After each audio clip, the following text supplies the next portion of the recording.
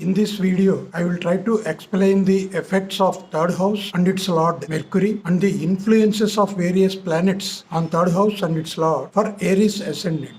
Here, we are speaking about Aries ascendant, but irrespective of the ascendant in any natal chart, third house stands for self, arms, confidence and courage, communications, friendship, literary activities, short distance travels, attitude, thought process, air travels, discoveries, change of place, and related matters. Since we are talking about Aries ascendant, Mercury becomes Lord of third house and also the Lord of sixth house. You should also remember that third house is the eighth house from eighth house that stands for longevity.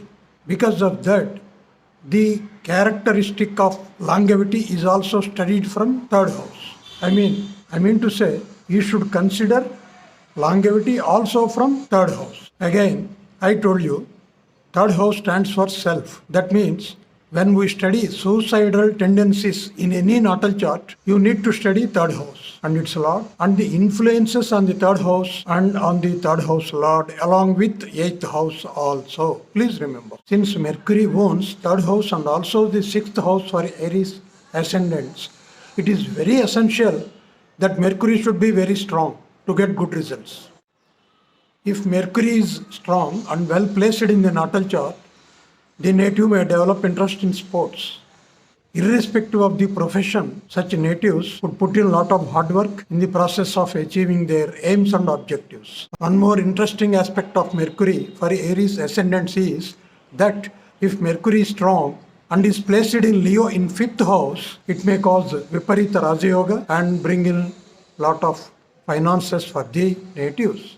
The reason is Mercury as third lord is functional malefic.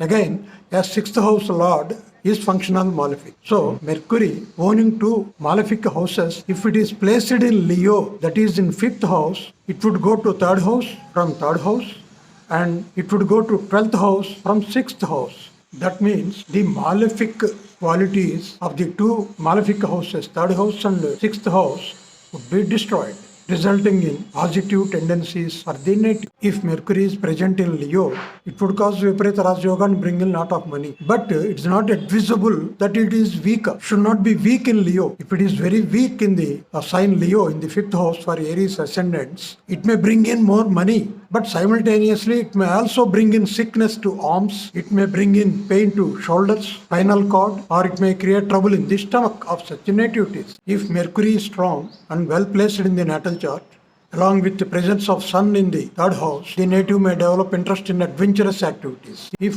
along with Sun, a strong Mars is also present in third house, the native may develop interest in taking up a job in army, police, or security services.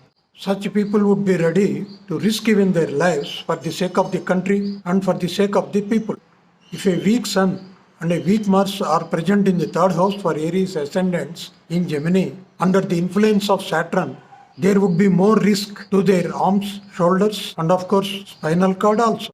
If a strong Venus is present in the third house in Gemini for the Aries nativities, such people may migrate to other places and have a prosperous living there. But if Venus is weak in third house, such people may come under the control of their spouses. If a strong Jupiter is present in the third house for Aries ascendants, the attitude of such natives would be very, very positive and they would develop interest in writing skills, communication skills, and they may work in media organizations or they may also become writers. If a weak Saturn is present in the third house for Aries nativities, such people may develop interest in long distance migration and would have bad relations with their brothers and sisters.